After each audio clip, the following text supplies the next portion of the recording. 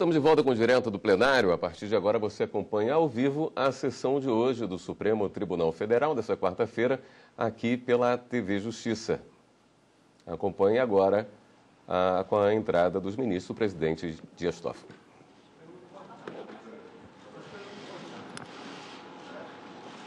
Boa tarde a todos.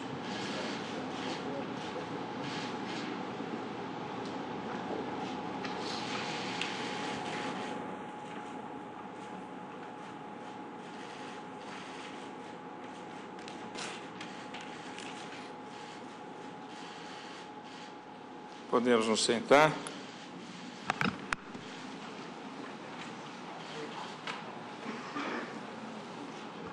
Declaro aberta essa sessão ordinária do Supremo Tribunal Federal e antes de, como de costume, passar a palavra à senhora secretária, gostaria de fazer um registro.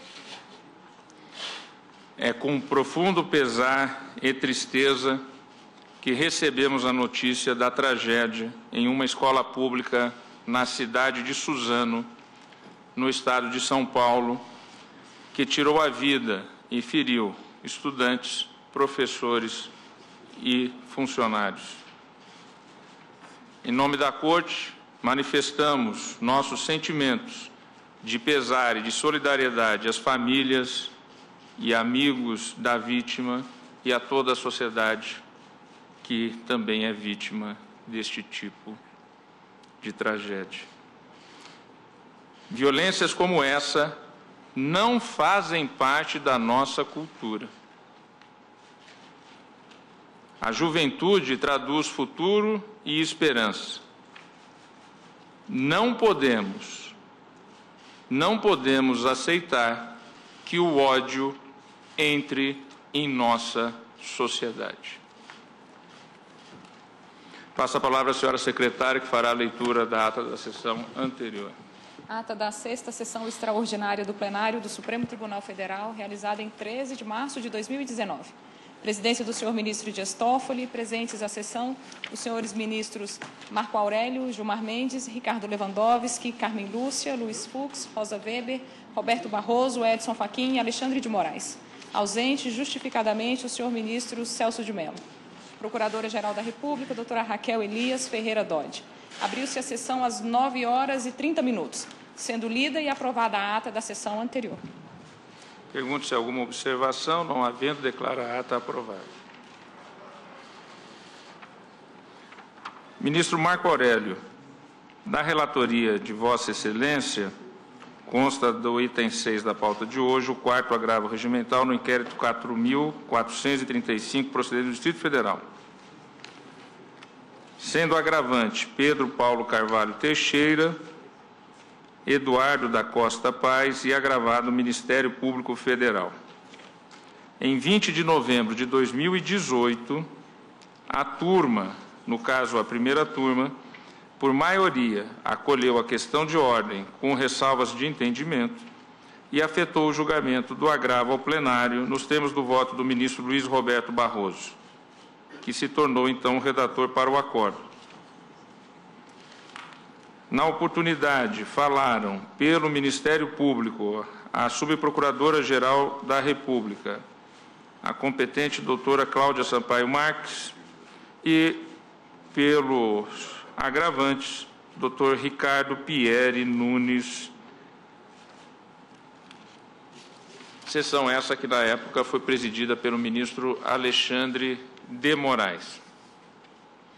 Como houve sustentações orais, embora seja um agravo regimental na turma, eu penso, mas sempre vou ouvir ao eminente relator e ao colegiado, se oportunizamos a sustentação oral. Presidente, discute-se tema da maior importância e a decisão a ser prolatada poderá ser uma decisão terminativa do processo no próprio Supremo. Conforme ressaltado por Vossa Excelência, na turma caminhamos no sentido de admitir a sustentação, eu diria, as sustentações orais. E creio que devemos adotar a mesma prática no colegiado maior, já que, se não me falha a memória, houve o deslocamento do processo, a deliberação por maioria, eu devo ter ficado vencido, isso para não discrepar do que normalmente ocorre, para o colegiado maior. E aí retomaremos, eu creio que eu cheguei, inclusive, a pronunciar-me quanto à matéria de fundo do agravo na turma, né? Devemos ter idêntico procedimento no Supremo, então eu sou favorável à sustentação da tribuna. Senhor presidente, eu gostaria de ponderar a Vossa Excelência e cito o dispositivo regimental de memória e até eu ousaria aplicá-lo por analogia, no sentido de dizer que, se a Corte entender que está inteirada da matéria e pode dispensar as sustentações orais, eu creio que isto é perfeitamente possível, porque todos nós recebemos a documentação, é um assunto amplamente divulgado pela imprensa e conhecido por todos nós, e eu penso que talvez nós pudéssemos, diante da publicidade da questão em julgamento, pudéssemos dispensar, eventualmente, as sustentações orais. A matéria é extremamente conhecida e creio que poderíamos, sem maiores prejuízos, com a devida vênia do eminente relator, prosseguirmos e ingressarmos diretamente no julgamento do mérito da questão. Eu vou pedir licença para dizer que eu entendo que a envergadura do tema e da decisão, que ao fim e ao cabo vai uniformizar entendimentos entre as turmas, merece que nós façamos as sustentações orais. Pergunto se há alguma outra divergência além da divergência do ministro Ricardo Lewandowski. Não havendo... Presidente, eu não divirjo, assim, evidentemente, me curvo à superior direção de Vossa Excelência, se Vossa Excelência assim o determinar, eu me curvo à orientação da douta presidência. Não é propriamente uma divergência, apenas sugerir que, eventualmente, pudéssemos dispensar as sustentações orais. Mas me alinho à decisão de Vossa Excelência no sentido de que procedamos às sustentações orais. Então, procederemos, então, às sustentações orais e, diante da envergadura do tema e provavelmente, que esse tema tomará a sessão, eventualmente, toda a sessão de hoje, como há outros feitos pautados para o mesmo dia, e, inclusive, também com inscrições de sustentações, eu anuncio, então, que nós ficaremos na sessão de hoje única e exclusivamente para julgar este tema de extrema importância. Então, passo a palavra ao eminente relator, ministro Marco Aurélio, para o seu relatório. Presidente, adoto como relatório as informações prestadas pelo assessor Dr. Rafael Ferreira de Souza. Vossa Excelência, em 8 de maio de 2018, declinou da competência para a primeira instância da Justiça do Estado do Rio de Janeiro, afirmando que os delitos imputados ao investigado Pedro Paulo Carvalho Teixeira, previsto nos artigos 317, corrupção passiva, combinado com 327, parágrafo 1º e 2º, e 333, corrupção ativa do Código Penal, primeiro, ocultar ou dissimular a natureza, origem e localização lavageira da Lei 9.613, de 98, e 22 da Lei 7.492, a problemática da evasão de divisas, teriam sido cometidos parte em 2010, durante o tempo que exerceu o mandato de deputado estadual, e parte em 2014. Assentou que, nesse último caso, apesar de supostamente praticados quando já ocupava o cargo de deputado federal, não estão ao cargo relacionados, porquanto ligados ao recebimento de R$300 mil de maneira oculta para a campanha à Prefeitura do município do Rio de Janeiro. Proclamou o não enquadramento da situação jurídica em termos de competência do Supremo. Conforme frisou, o fato de alcançar-se mandato eletivo diverso daquele no curso do qual alegadamente cometidas as infrações não enseja o que é apontado como elevador processual, deslocando-se autos de inquérito ou processo crime em tramitação.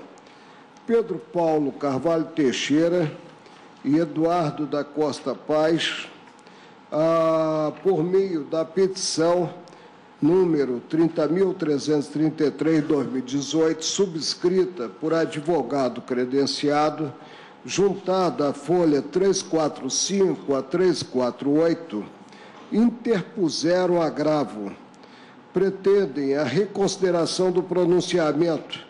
Afirmam ser o caso de manter a investigação no Supremo.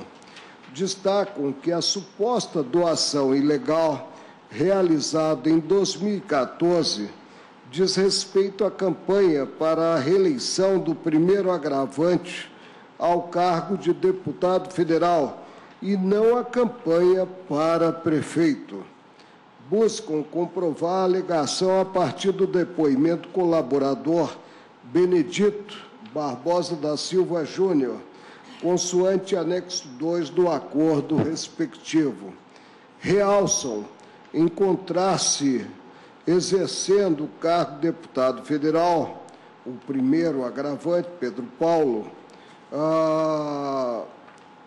desde 2011, aduzem a conotação eleitoral dos delitos imputados, que estariam vinculados à atividade parlamentar do investigado, a revelar a competência do Supremo.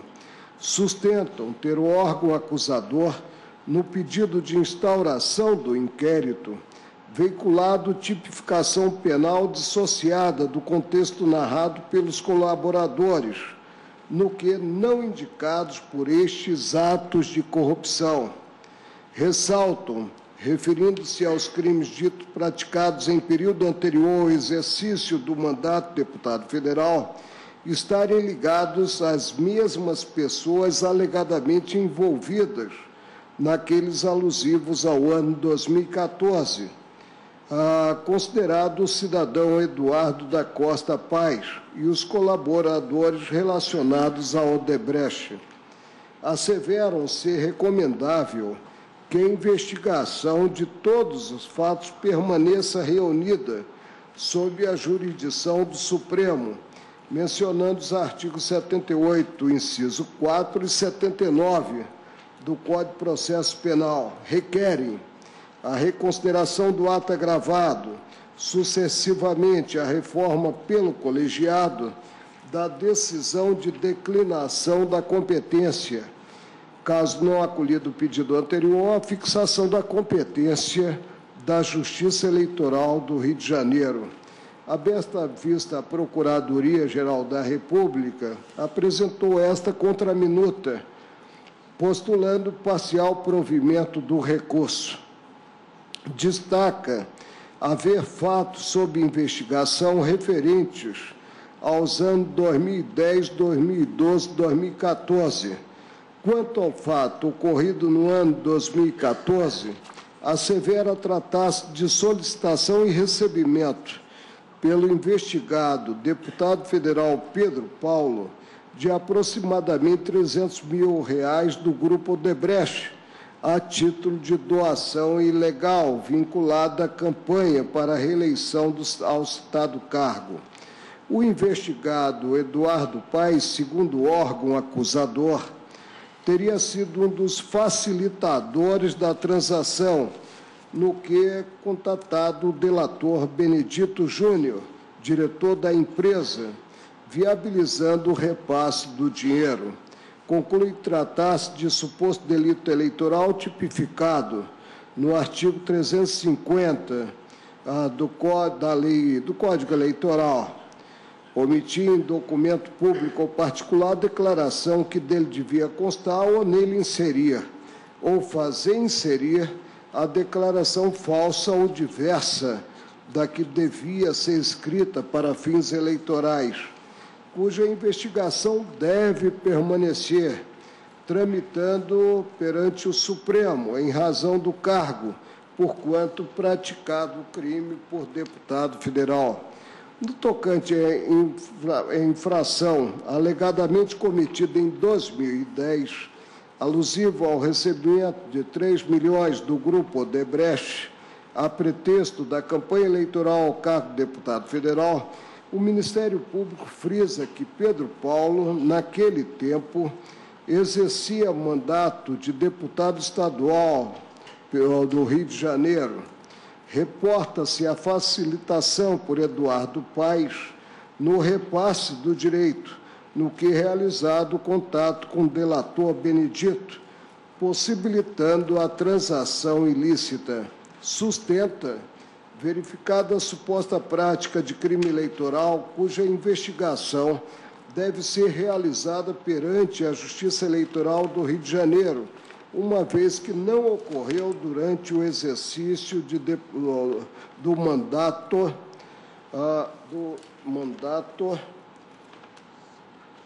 de deputado federal. A Procuradoria ainda destaca haver elementos indicativos do cometimento do crime no ano de 2012, relativo ao recebimento por Eduardo Paes da quantia aproximada de 15 milhões pagos pela Odebrecht, a pretexto da campanha eleitoral para a reeleição ao cargo de prefeito municipal do Rio de Janeiro, considerado o interesse do grupo empresarial na facilitação de contratos referentes às Olimpíadas de 2016. Articula com a presença de indícios de atuação funcional de Eduardo Paes aptos a caracterizar, em tese, delitos de corrupção ativa e passiva. Aponta Pedro Paulo, então coordenador da campanha, como operacionalizador dos pagamentos espúrios, inclusive mediante transações realizadas no exterior. Sublinha a existência de indícios reveladores da prática dos crimes do artigo 350 do Código Eleitoral, 317 e 333 do Código Penal, 23 da Lei 7.492 de 86 e 1º da Lei 9.613 de 98. Infere a incompetência quanto a estes fatos do Supremo para a investigação, levando em conta não ter ocorrido as condutas no exercício do mandato de deputado federal. Quanto ao crime eleitoral, aponta a competência da Justiça Eleitoral do Rio de Janeiro. No tocante aos demais, a da primeira instância da Justiça Federal da Seção Judiciária do Rio de Janeiro. Sustenta a inaplicabilidade do artigo 78, inciso 4, do Código de Processo Penal, preconizando a repartição da atribuição, no caso, entre a Justiça Eleitoral e a Federal. Afirma a taxatividade da competência da Justiça Federal, definida constitucionalmente, dizendo-a material absoluta. Diz não incidir o artigo 35, inciso 2 do Código Eleitoral. Aduz a argumentação de ordem prática, frisando a ausência de aparelhamento da Justiça Eleitoral para processar e julgar delitos de alta complexidade, como os relacionados à Operação Lava Jato. Salienta que a questão alusiva à competência para processar e julgar crimes comuns federais conexos a delitos eleitorais tem recebido na segunda turma do Supremo solução no sentido de caber à Justiça Eleitoral a atuação defende a necessidade de que o tema relativo à amplitude da competência criminal eleitoral seja decidida em sede de questão de ordem pelo plenário, nos termos do artigo 21(3) do Regimento Interno. Requer seja conhecido o agravo interno. Busca, no mérito parcial provimento, nos seguintes termos: a investigação referente ao fato 2014 continue tramitando perante o Supremo. A apuração quanto ao fato de 2010 seja remetida para livre distribuição à Justiça Eleitoral do Rio de Janeiro. Seja suscitada a questão de ordem a ser examinada pelo Pleno, visando definir o alcance da competência criminal. Determinei, presidente, o desmembramento destes autos com reprodução integral e encaminhamento ao Tribunal de Justiça do Rio de Janeiro, para a sequência quanto ao investigado Eduardo da Costa Paz, que não detinha a prerrogativa de ajuizar a ação penal, vir a ser julgado pelo Supremo. A primeira turma, em 19 de setembro de 2017, deu provimento ao agravo interposto pela defesa para manter a investigação integralmente sob a jurisdição do tribunal. A Procuradoria formalizou o 5º agravo regimental, que se encontra aparelhado para julgamento. No incidente, pretende a reforma da decisão que declinou da competência para a primeira instância da Justiça do Estado do Rio de Janeiro, assinalando caber à Justiça Federal o processamento do caso. Sublinha terem sido apontados na petição postulada a instauração do inquérito fatos a revelarem a possível caracterização do crime tipificado no artigo 22 da Lei 7.492, de 86, e, consequentemente, sinalizando esse fato a competência da Justiça Federal. Busca a remessa dos autos à Seção Judiciária do Estado do Rio de Janeiro ao relatório. Agradeço, ministro Marco Aurélio. Antes de passar a palavra às sustentações orais, registro e informo à Corte que estão presentes neste plenário graduandos do Centro Universitário de Brasília, Distrito Federal. Sejam bem-vindos.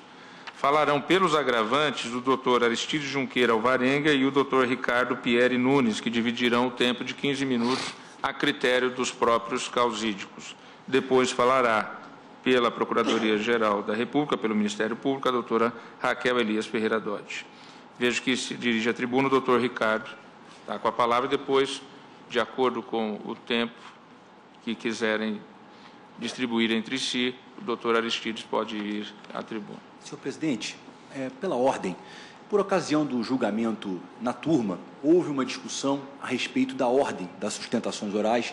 A turma, naquela ocasião, estava com a composição completa e se alcançou o entendimento que a defesa falaria por último, após o pronunciamento do Ministério Público. Eu peço máxima vênia aqui para insistir nesta mesma questão agora, sobretudo considerando que quem está suscitando a questão de ordem é a excelentíssima senhora Procuradoria-Geral da República. A questão foi discutida na turma e foi encaminhada dessa maneira naquela ocasião. Presidente. Pois não. À época que eu presidi a turma, realmente houve esse requerimento. Nós debatemos, inclusive, com a manifestação da doutora Cláudia, subprocuradora-geral, que representava à época a eminente procuradora-geral, concordando que o Ministério Público falasse em primeiro e a defesa na sequência. A mim me parece também importante que o Ministério Público se pronuncie em primeiro lugar, na medida em que foi ele quem provocou a suscitação dessa questão de ordem. Portanto, é um privilégio da defesa, neste caso, pronunciar-se em último lugar. Ministro relator, Vossa Excelência. Concordo, presidente, que se pronuncie em primeiro lugar o Ministério Público. Vamos ouvir, então, inicialmente, a doutora Raquel Dodge, pelo Ministério Público Federal.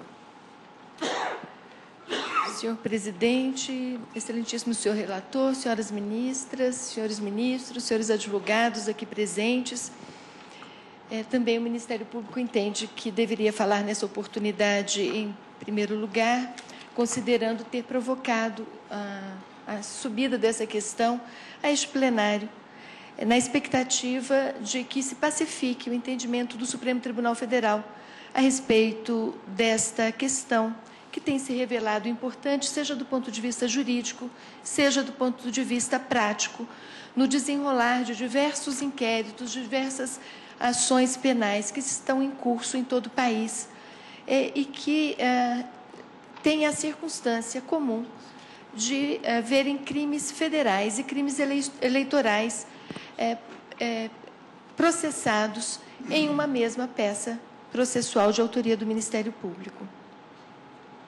A questão é importante, senhor presidente, senhor relator, porque ela também diz respeito à interpretação correta de um preceito constitucional claro que dispõe a um só tempo da competência da Justiça Federal e também da Justiça Eleitoral.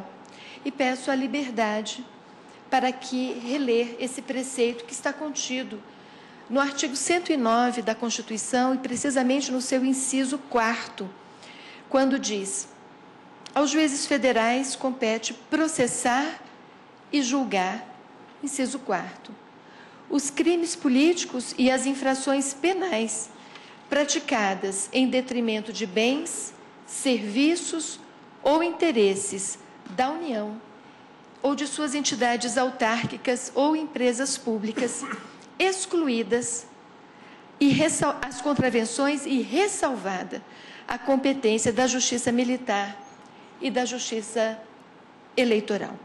Precisamente nesse artigo da Constituição, o Ministério Público entende que estão presentes os elementos que auxiliarão essa Corte à tomada da decisão. O Supremo Tribunal Federal reúne-se, portanto, nesta tarde, para deliberar sobre um tema da mais alta relevância. Qual é o órgão jurisdicional da Justiça Federal ou a Justiça Eleitoral competente para processar e julgar crimes federais que apresentam conexão com crimes eleitorais? A PGR defende que a competência judicial não é definida com base na conexão. Ela é definida com base em critérios contidos precisamente no inciso 4º do artigo 109 da Constituição, que estabelece a competência dessa Justiça da União, a Justiça Federal, e estabelece de uma forma muito clara, no sentido de que qualquer crime, qualquer infração penal, que seja praticada em detrimento de bens, de serviços ou do interesse da União, de suas entidades autárquicas ou empresas públicas, é da competência da Justiça Federal. A Constituição separa, sim, os crimes que são de competência estadual daqueles que são de competência da sua própria Justiça, da Justiça da União. E ela estabelece, no final desse artigo, um outro conceito muito precioso, no sentido de não poderá a lei ordinária estabelecer conexão entre crimes federais e crimes eleitorais, quando nesta fórmula, nesta dicção diz, ressalvada a competência da Justiça Eleitoral. A Constituição, nesse preceito, ao estabelecer de forma, com base na matéria e de forma absoluta a competência da Justiça Federal, não deferiu à lei ordinária a possibilidade de, com base em um critério, que é um critério da lei ordinária, que é o critério da conexão, prorrogar, alterar, modificar uma competência que a própria Constituição estabeleceu nesse inciso 4º. É preciso lembrar que tanto a Justiça Federal quanto a Justiça Eleitoral são justiças da União, ainda que exercida por um conjunto de atores recrutados em outras instituições públicas, como os juízes de direito, que exercem funções eleitorais por um certo período, com um certo mandato. Mas nem por isso a Justiça Eleitoral deixa de ser Justiça da União. E este artigo, contido no inciso 4º da Constituição, ele diz que estas duas justiças, a federal e a eleitoral, ambas da União, terão competências materiais absolutas que não podem ser alteradas por um critério que venha a ser introduzido por uma lei ordinária. A Constituição Federal, é preciso lembrar, não cuidou de toda a competência criminal da Justiça Eleitoral.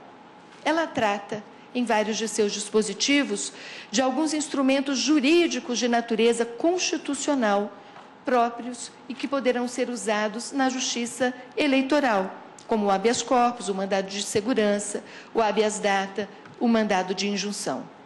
E deferiu à lei ordinária o papel de regulamentar muitos dos aspectos relativos à competência da Justiça Eleitoral, inclusive com relação à competência criminal da Justiça Eleitoral.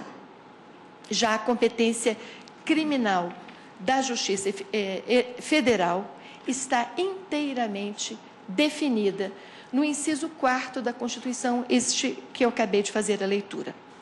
Por ter uma regra constitucional exaustiva que compreende toda a definição da competência criminal da Justiça Federal, é que o Ministério Público sustenta que essa competência é absoluta, ela é improrrogável, ela não pode ser alterada, modificada, prorrogada ou de qualquer modo afetada por uma lei ordinária, uma norma infralegal que venha a alterar a Constituição.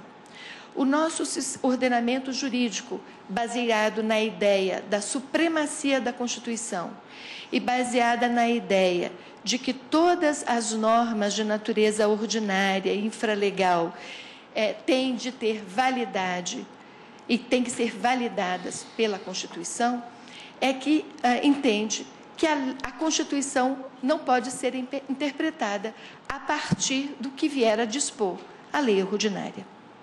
O Código Eleitoral, é verdade, nos seus artigos 35(2), estabelece que aos juízes eleitorais compete processar e julgar crimes eleitorais e crimes comuns que lhe forem conexos, ressalvada a competência originária do Tribunal Superior e dos tribunais regionais.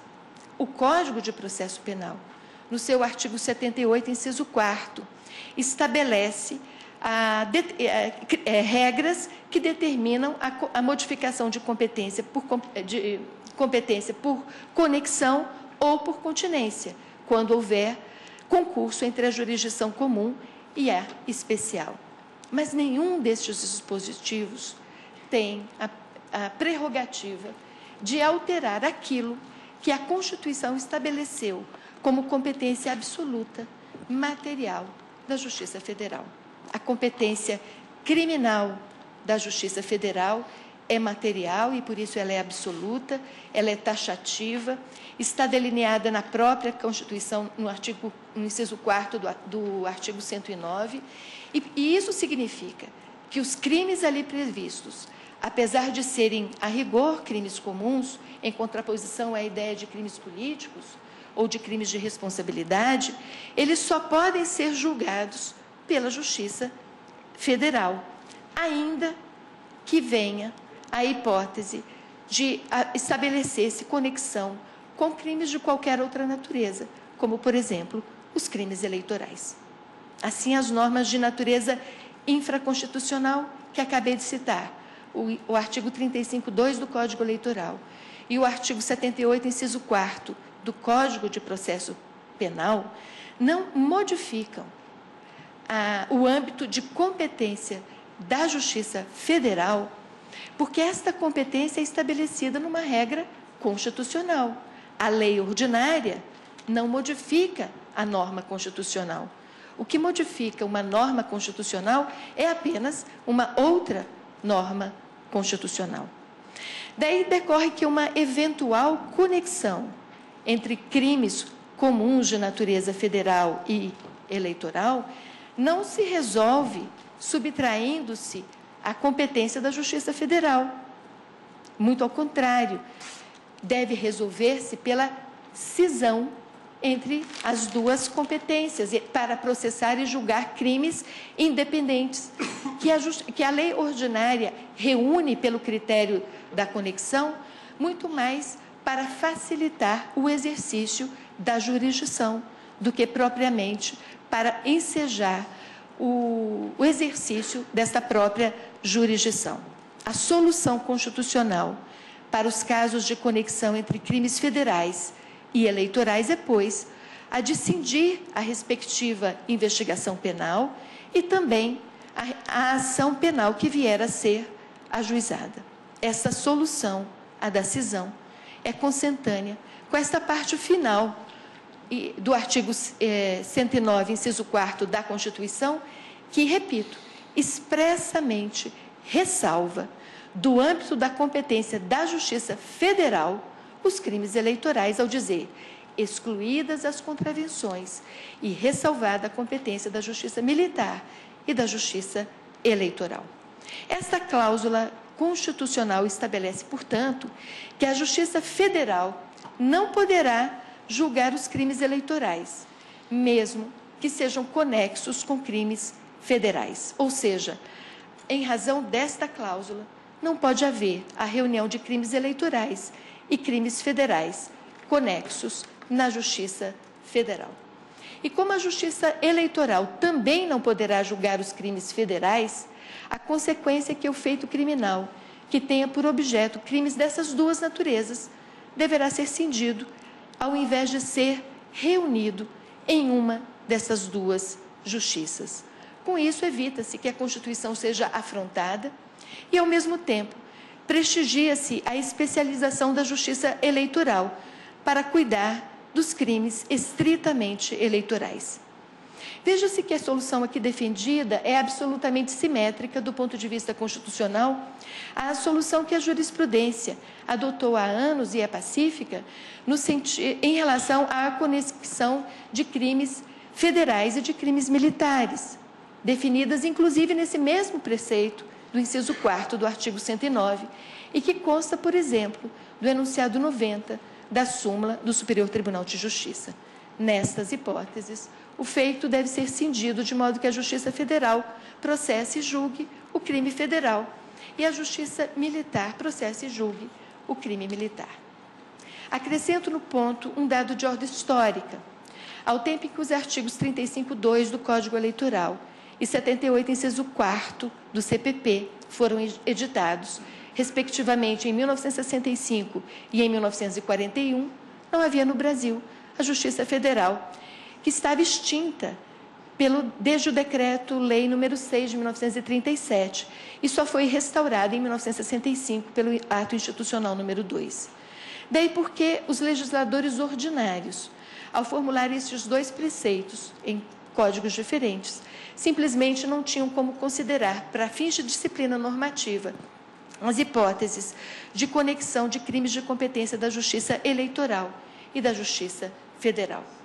Com o advento da Constituição de 88 e da taxatividade do rol de competências criminais federais que ela alberga, os artigos 35.2 do Código Eleitoral e 78.4 do CPP passaram a ter um âmbito de abrangência mais restrito, justamente porque agora, com o advento da Constituição, há uma regra clara a dispor sobre a competência federal, da Justiça Federal para tratar dessas matérias. Registre-se que o entendimento ora defendido é acolhido sem divergências também pela doutrina brasileira, e aqui cito a doutrina de Gustavo Badaró, Leandro Paulsen, Renato Brasileiro de Lima. Destaco que, ao lado dessas razões jurídicas, algumas razões práticas precisam ser lembradas.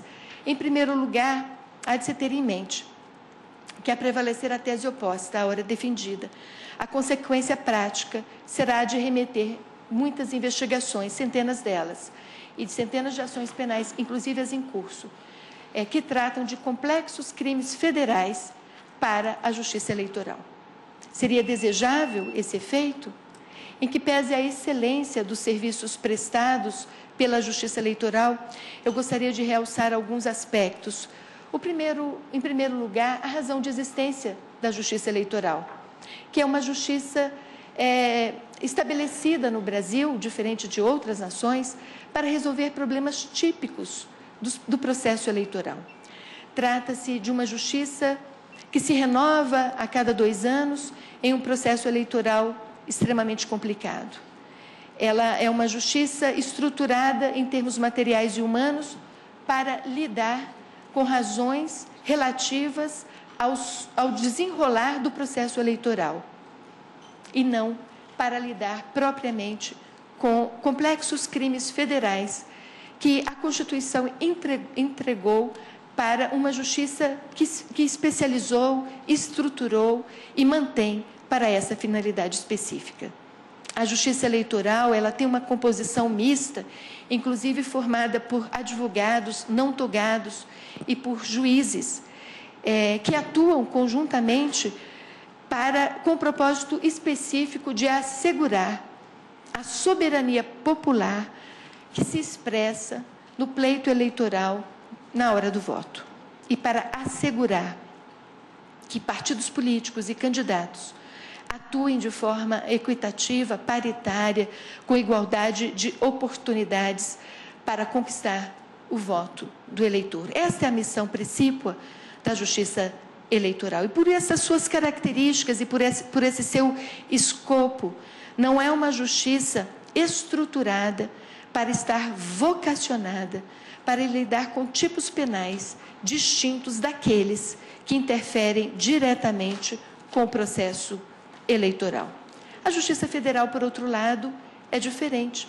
É uma justiça que está sendo e tem sido cada vez mais estruturada para lidar com esses crimes, sobretudo agora, em tempos mais modernos, com os chamados crimes do colarinho branco. Os crimes praticados por esquemas criminosos, por organizações criminosas, sob esquemas de corrupção e de lavagem de dinheiro estabelecidos para dilapidar o patrimônio público, para dele se apropriar, para ele corromper. E esta Justiça Federal, sobre o influxo da Carta de 1988, tendo se estruturado para isso, tem dado respostas muito importantes ao país, no sentido de conter a corrupção, a lavagem de dinheiro e o crime organizado, de aplicar penas severas aos atores desse crime para dissuadi-los de permanecer nessa seara criminosa, mas também para produzir um importante efeito de detenção de outros que pretendam praticar crimes semelhantes. Este momento importante de maturidade do sistema brasileiro de administração de justiça, inovado, instituído, estabelecido e garantido pela Carta Constitucional de 1988, alcançou um grau de excelência que deriva muito da observância estrita do inciso 4º do artigo 109 da Constituição Federal, que assegura competência material absoluta aos juízes federais para julgar os crimes federais. E é nessa perspectiva, excelências e senhor relator, que a Procuradoria-Geral da República reitera o pedido feito nos autos de que o recurso seja julgado no sentido de haver cisão da investigação e de todas as ações penais em que processem simultaneamente crimes federais e crimes eleitorais tidos por conexos, desprezando a preponderância do critério da conexão para a definição de uma competência que é definida na Constituição. O que a Procuradoria-Geral da República sustenta é, portanto, que um critério infralegal, como é a conexão, um critério jurídico importante, mas infralegal, não modifique uma competência que é estabelecida na Constituição. E como temos o dever de zelar pela preponderância da Constituição sobre as leis ordinárias, de defendê-la em todas as instâncias, é que julgamos essa questão como da mais alta magnitude da mais alta relevância e pedimos à Corte que aplique a Constituição deste modo. Agradeço a todos. Muito obrigada. Agradeço a doutora Raquel Dodge. Esse é um tema de extrema relevância para a definição de competência, embora dentro da própria Justiça, e por isso mesmo eu não interrompi a sempre brilhante sustentação de Vossa Excelência, apesar do tempo, mas devo consignar que houve 5 minutos a mais para o Ministério Público e esse tempo também terá a defesa. Obrigada. Excelentíssimo senhor presidente, eminente ministro... Então, a defesa terá 20 minutos para se manifestar. Obrigado, senhor presidente. Excelentíssimo senhor presidente, eminente ministro Dias Toffoli, excelentíssimo senhor relator, insigne ministro Marco Aurélio, senhores e senhoras ministros e ministras que integram este colendo plenário, excelentíssima senhora Procuradora-Geral da República, doutora Raquel Dodge, a quem faço questão aqui de render minhas homenagens mais uma vez pela habitual fidalguia, eloquência, elegância na apresentação de seus argumentos. É sempre um prazer ouvi-la. Nobres colegas advogados presentes, senhores e senhoras serventuários, estudantes, boa tarde a todos. De plano, senhor presidente, eu não poderia deixar aqui de externar a minha profunda preocupação diante do que, na realidade, está em jogo aqui hoje, ao menos em caráter principal. Porque o que está em jogo aqui hoje, em caráter principal, não é uma questão jurídica genuína, data máxima venia.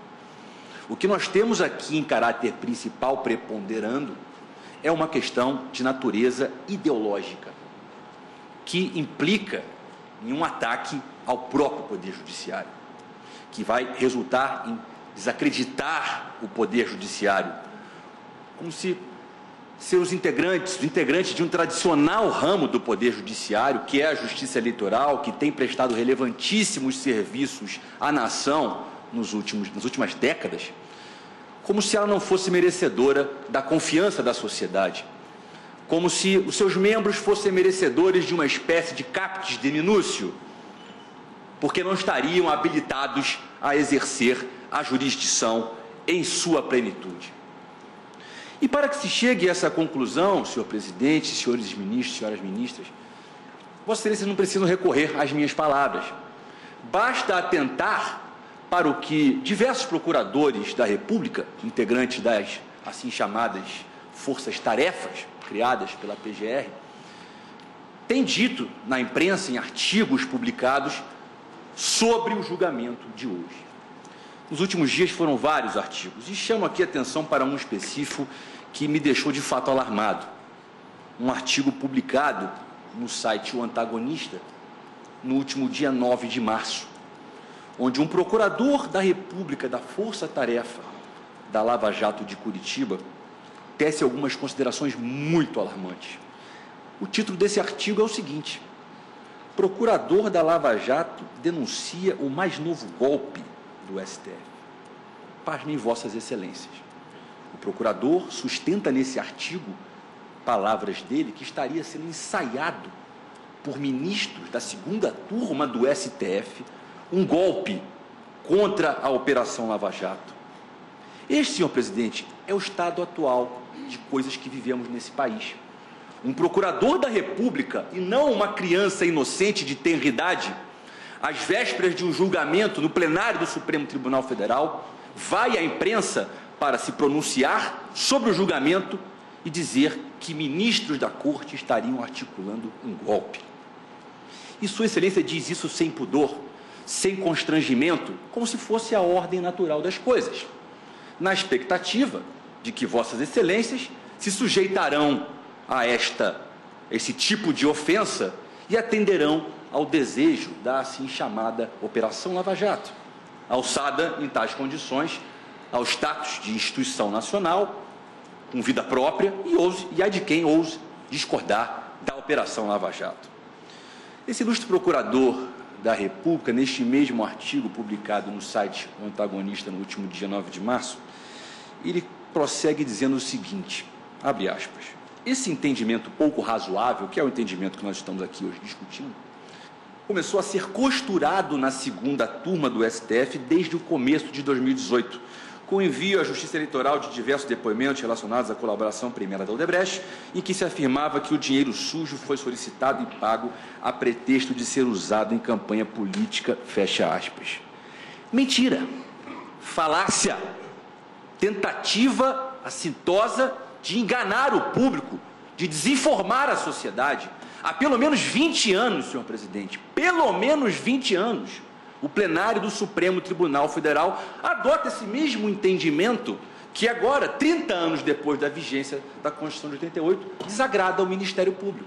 Há pelo menos 20 anos. Cito aqui, por todos, o julgamento do conflito de competência número 7033, da relatoria do ministro Sidney Sanches, julgado no plenário do Supremo Tribunal Federal, no dia 2 de outubro de 1996. A mesma questão foi decidida aqui.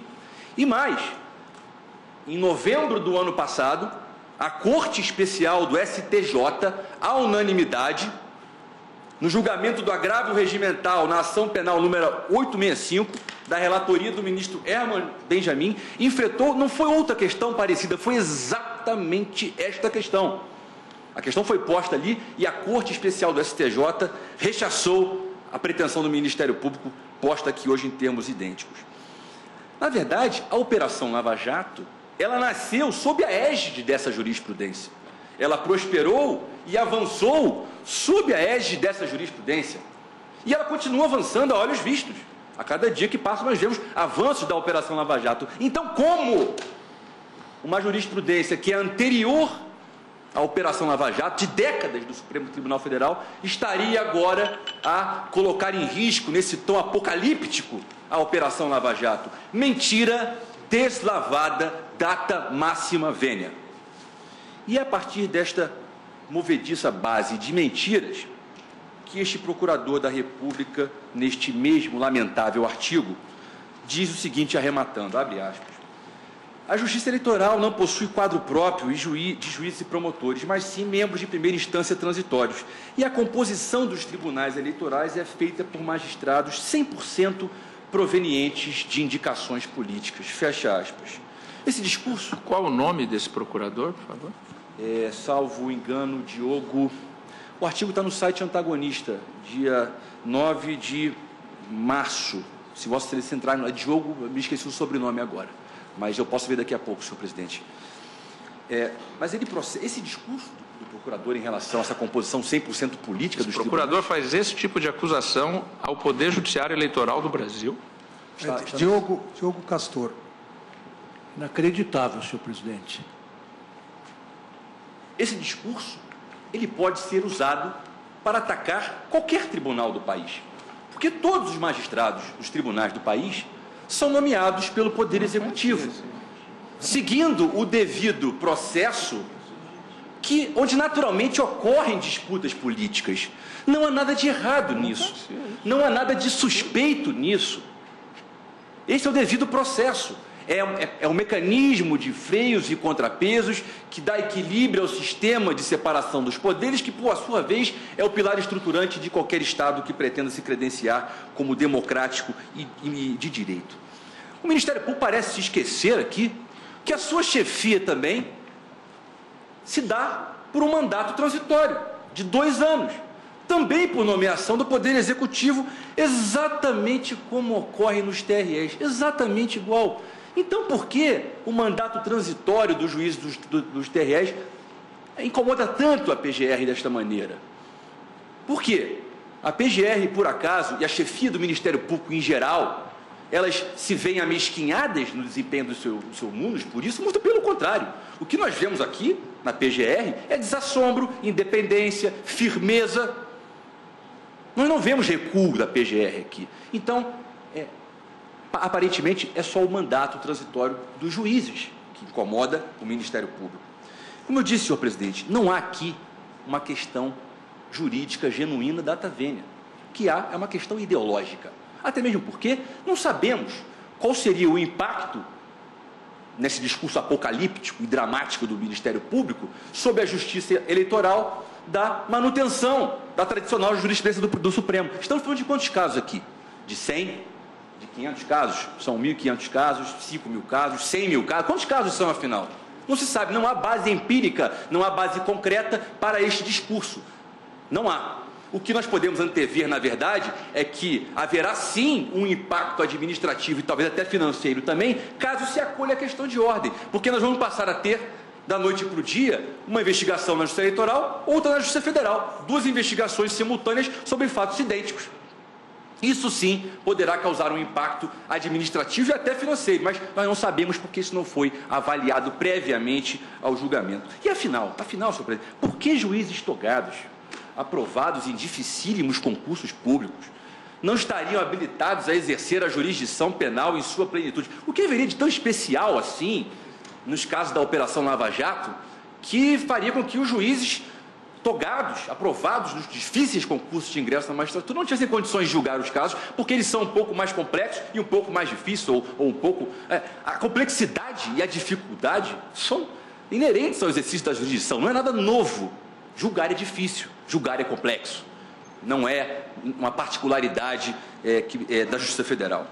Mas me parece, senhor presidente, já encerrando aqui para passar a palavra para a doutora Aristides, que a questão ela foi prejudicada pelo advento de um fato superveniente.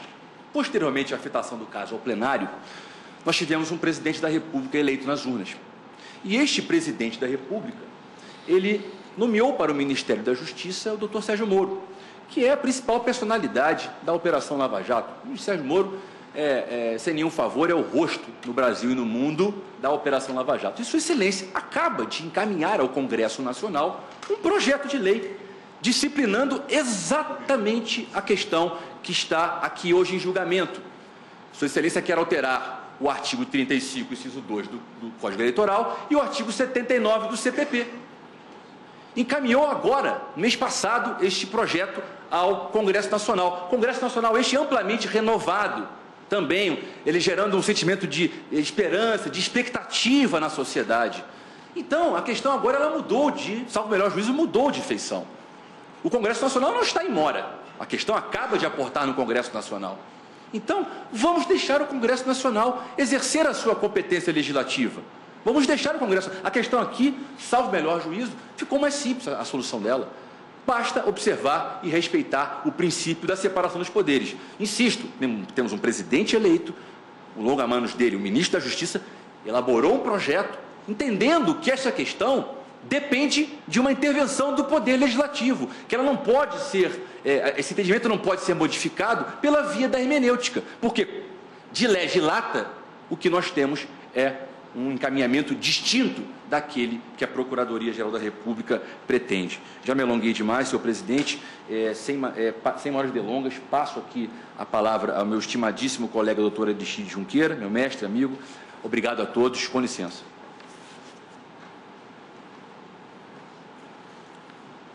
Excelentíssimo senhor presidente, por questão de tempo, eu gostaria de, na sua pessoa, homenagear todas as ministras e ministros dessa Corte, principalmente a excelentíssima senhora Procuradora-Geral da República,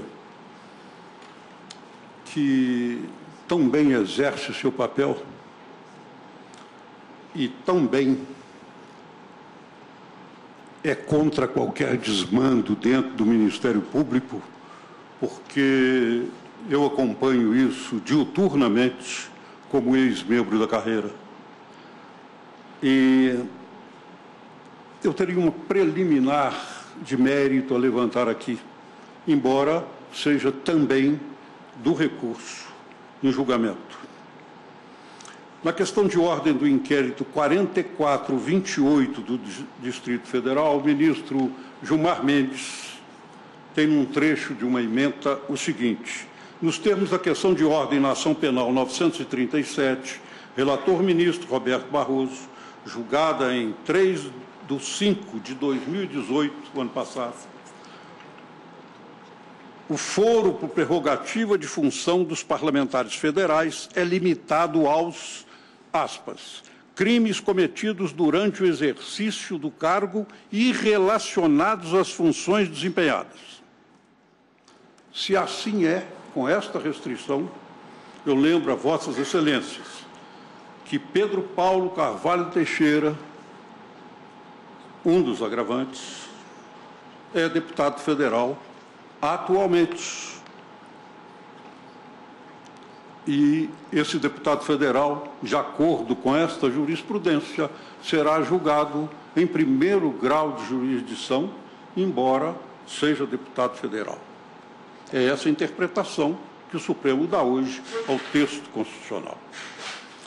Se assim é possível que um ministro de um tribunal superior, cometendo algum fato que não diga respeito às suas funções, ou seja, um fato antes de assumir as suas funções, ele também seja julgado por um juiz de primeiro grau. O que me parece, com todas as vênias, que isso quebra um princípio constitucional que é também o princípio hierárquico. Eu vou ter uma inversão de valores e de carreiras onde o subordinado julga o superior. Aliás, é o que nós estamos vendo hoje nessas críticas do Ministério Público. Não só essa Suprema Corte, como se corregedor dessa instituição fossem alguns membros do Ministério Público. Eu entro agora no mérito da questão. O artigo 121 caput, em primeiro lugar, eu gostaria de, com todo respeito à minha chefe do Ministério Público, dizer que, penso eu, que o pensamento dela parte de uma premissa equivocada. É com relação à competência dos juízes federais. Ela pode ser absoluta? Seria absoluta se no texto constitucional tivesse escrito com exclusividade, e essa palavra não tem. Diz que compete a eles, aos juízes federais, julgar os crimes daquela forma que está no artigo 109, inciso 4. Pois bem, diz a Constituição também no seu artigo 121, caput, lei complementar disporá sobre a organização e competência dos tribunais, dos juízes de direito, das juntas eleitorais. Ora, é jurisprudência tranquila dessa casa, desde 1988, que a lei complementar que a Constituição fala é o nosso Código Eleitoral, que foi recebido pela Constituição como lei complementar. Posso ler aqui o que foi decidido no agravo regimental na petição 5801 do Distrito Federal, em que o relator, eminente ministro Celso de Mello, disse, e esse acórdão unânime foi prolatado em sessão virtual da segunda turma, encerrada agora no dia 21 de fevereiro deste ano. Sessão virtual essa, de qual participaram os ministros, relator Celso de Mello, presidente da turma, Ricardo Lewandowski, Gilmar Mendes, Carmen Lúcia e Edson Fachin. A decisão unânime tem, num trecho da ementa, o seguinte: conexão entre delito eleitoral e infrações penais comuns. Competência penal da Justiça Eleitoral para apreciação e julgamento do feito. Regra expressa inscrita no artigo 35, inciso 2 do Código Eleitoral. Norma impregnada de força, valor e eficácia de lei complementar. Jurisprudência consolidada no âmbito da colenda da segunda turma desse tribunal, dessa Suprema Corte, a respeito da matéria. É essa a opinião recente do Supremo, por sua segunda turma. Pois bem, esse mesmo entendimento está no acórdão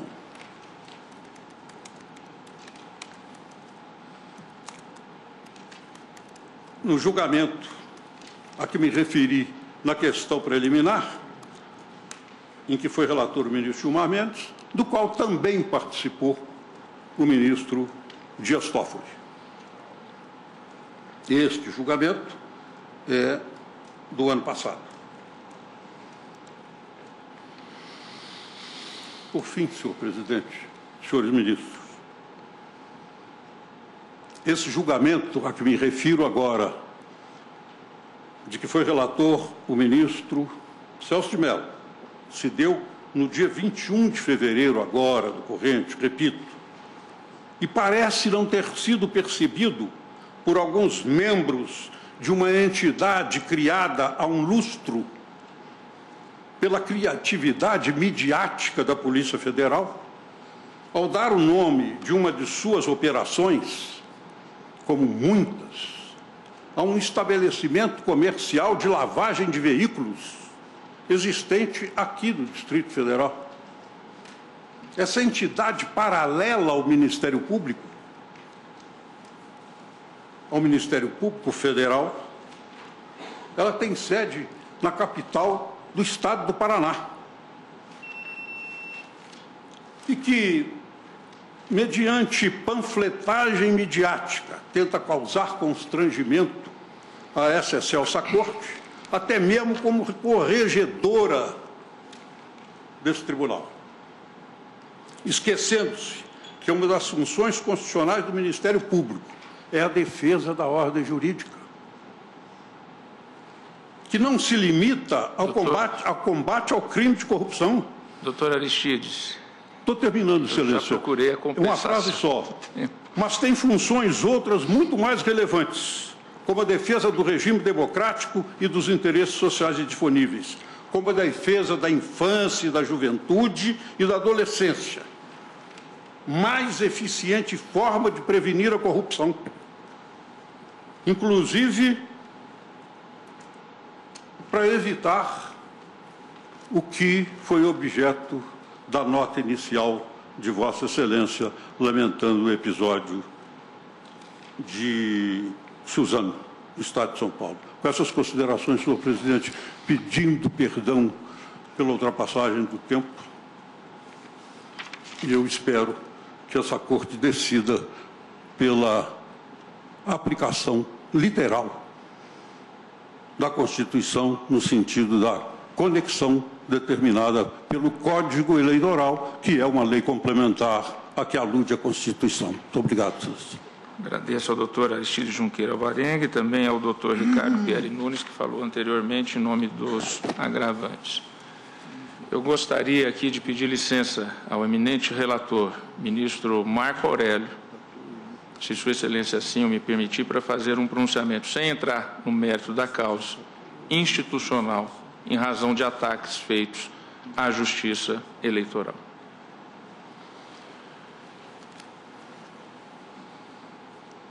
Neste colegiado integram ministro Celso de Mello, nosso decano, que já foi várias vezes membro do Tribunal Superior Eleitoral. Integra o ministro Marco Aurélio Mendes de Faria Mello, que foi 3 vezes presidente do Tribunal Superior Eleitoral. 3 vezes, recordista.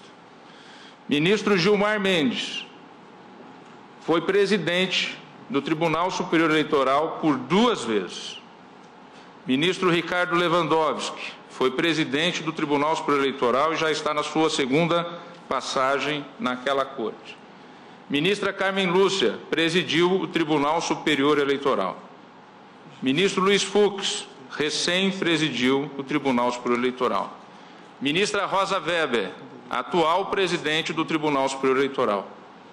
Ministro Luiz Roberto Barroso, membro efetivo titular do Tribunal Superior Eleitoral. Ministro Luiz Edson Fachin, membro efetivo titular do Tribunal Superior Eleitoral. E o ministro Alexandre de Moraes, membro substituto do Tribunal Superior Eleitoral. Todos nós ou integramos ou estamos em exercício no Tribunal Superior Eleitoral. A Justiça Eleitoral é motivo de orgulho nacional das instituições que melhor funcionam no país. O Poder Judiciário Eleitoral, só para dar um exemplo, em uma eleição municipal, registra 550 mil candidaturas. Isso significa, doutora Raquel Dodge, Vossa Excelência, que é, ademais de Procuradora-Geral da República, a Procuradora-Geral Eleitoral. Numa eleição municipal, 550 mil pedidos de registro de candidaturas. Isso são 550 mil processos. Isso significa, ministro Celso de Mello, 550 mil prestações de contas.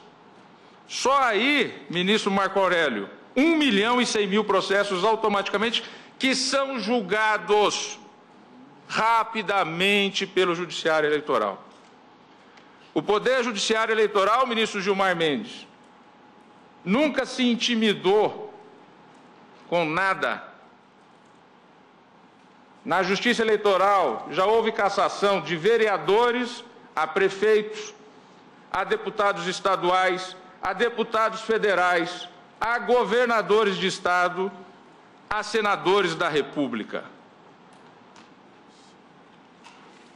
Recentemente, até uma chapa presidencial foi a julgamento e mantida a chapa por 4 votos a 3.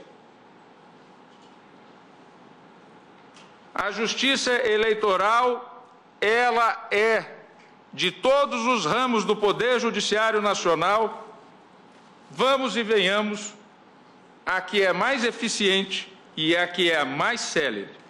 E conta com um corpo de servidores extremamente engajados na prestação do serviço público e do interesse. Atacar o Poder Judiciário Eleitoral, ou antes disso, atacar a cada um de nós nesse tribunal já é um ataque a todos. Atacar o Poder Judiciário Eleitoral é atacar esta Suprema Corte também, na medida em que o Tribunal Superior Eleitoral é presidido pelo Supremo Tribunal Federal, por integrante indicado pelo Supremo Tribunal Federal. Se os ataques que foram colocados na tribuna, com a fé do grau do eminente advogado, vou checar, farei e anuncio uma representação ao Conselho Nacional do Ministério Público e à Corregedoria do Ministério Público Federal, em razão dos ataques desse procurador à Justiça Eleitoral. Não é admissível este tipo de ilação.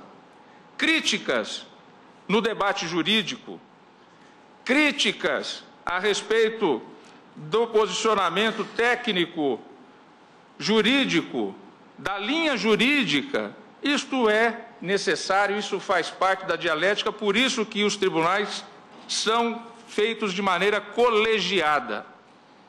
Agora, a calúnia, a difamação, a injúria não serão admitidos.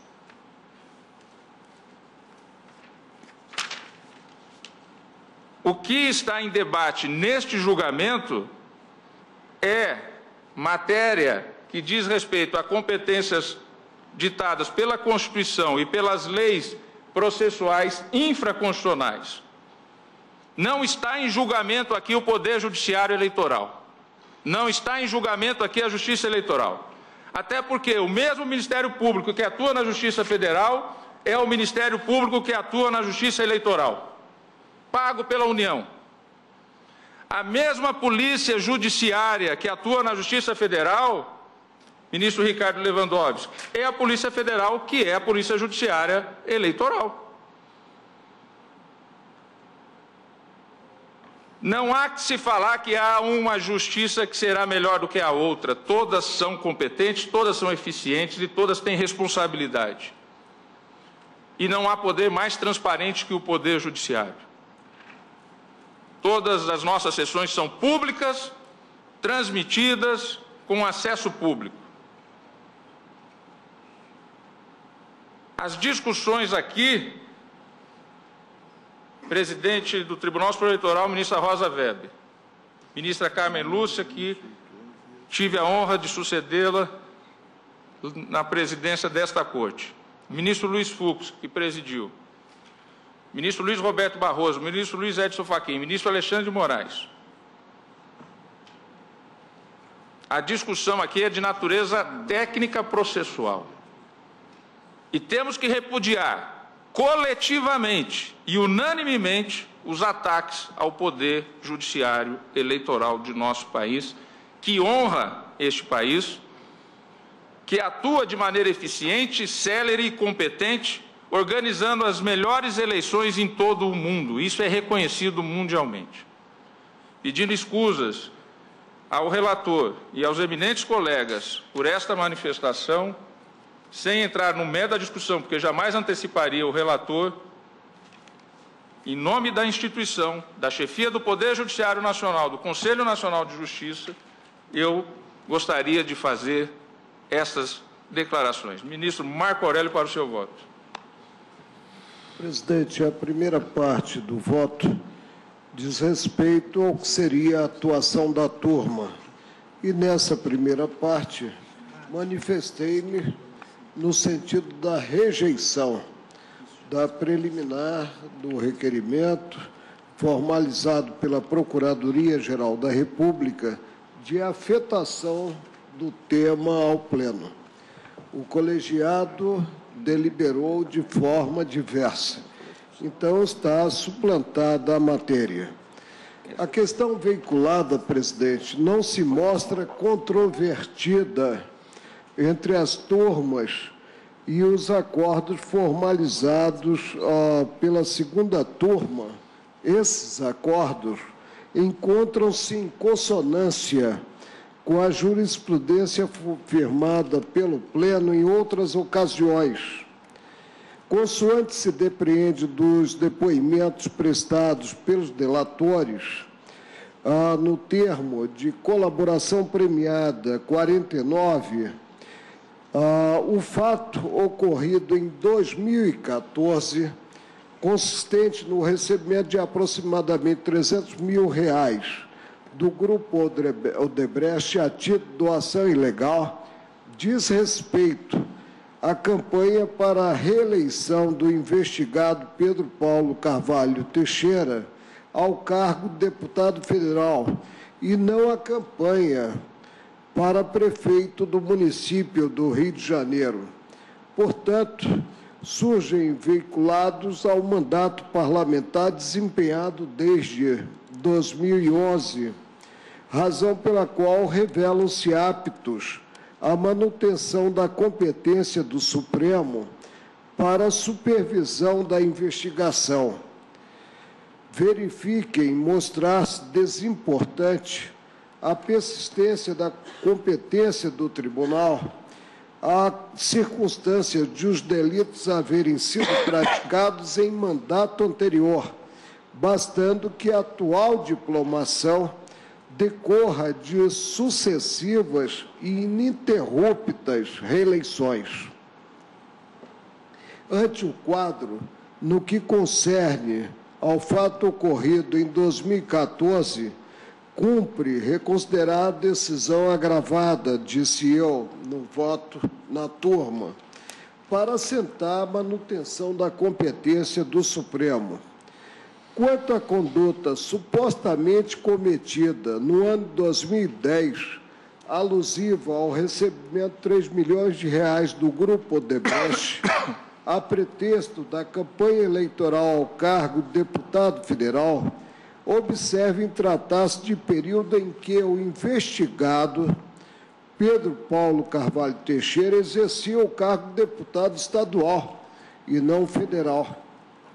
O Pleno, ao apreciar a questão de ordem na ação penal 937, relator ministro Luiz Roberto Barroso, concluiu que o Instituto da Prerrogativa de Foro pressupõe infração praticada no exercício do mandato e a este, de qualquer forma, ligada, tendo em vista tratar-se de fato delituoso distinto, anterior ao exercício do cargo de deputado federal, não surge configurada situação a fazer incidir a competência do Supremo à supervisão do inquérito, a implicar a declinação para a Justiça Eleitoral do Estado do Rio de Janeiro ante a caracterização em tese do crime disposto no artigo 350 do Código Eleitoral.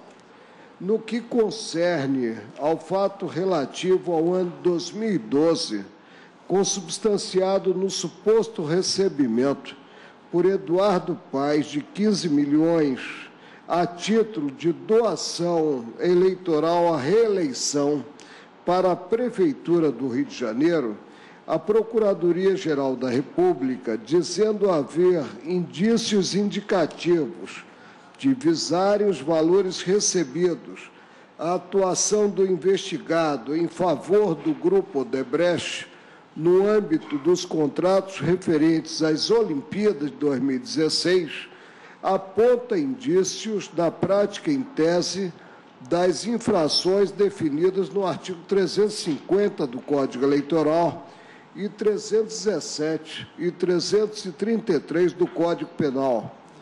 No mesmo contexto, ante a função de coordenador da campanha, sustenta que o investigado Pedro Paulo operacionalizou, mediante pagamentos realizados no exterior, o recebimento das vantagens indevidas, pela qual realça a possível configuração dos delitos versados nos artigos 22 da Lei 7.492, de 86, e 1º da Lei 9.613, de 98.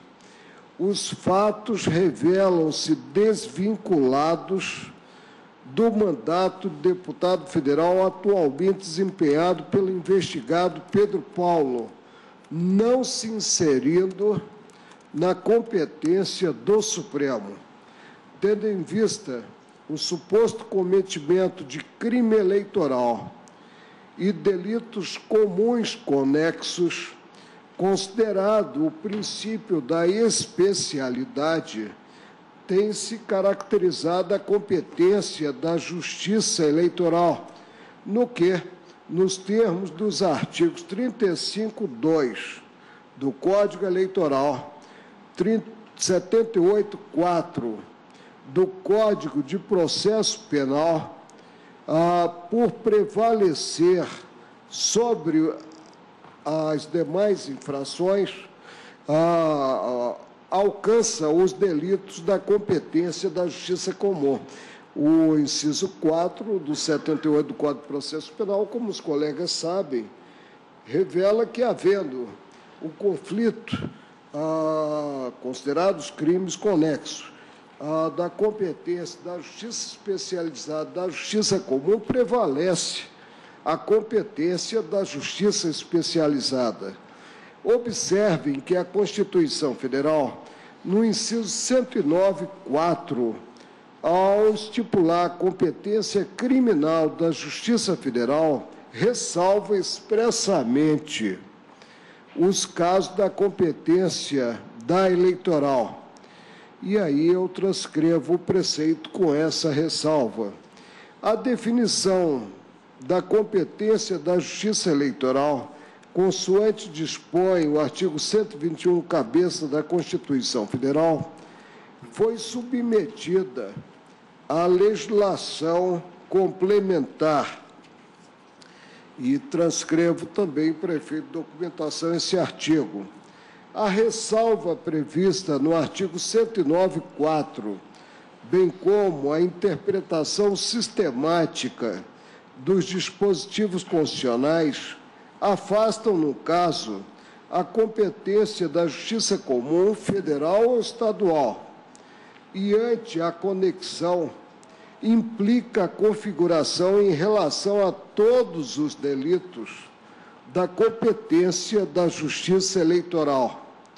A solução preconizada pela Procuradoria-Geral da República, consistente no desmembramento das investigações no tocante aos delitos comuns e eleitoral, mostra-se inviável, porquanto a competência da Justiça Comum Estadual ou Federal é residual quanto à Justiça Especializada, seja eleitoral ou militar, estabelecida em razão da matéria, e não se revela passível de sobrepor-se à última, à competência da Justiça Especializada.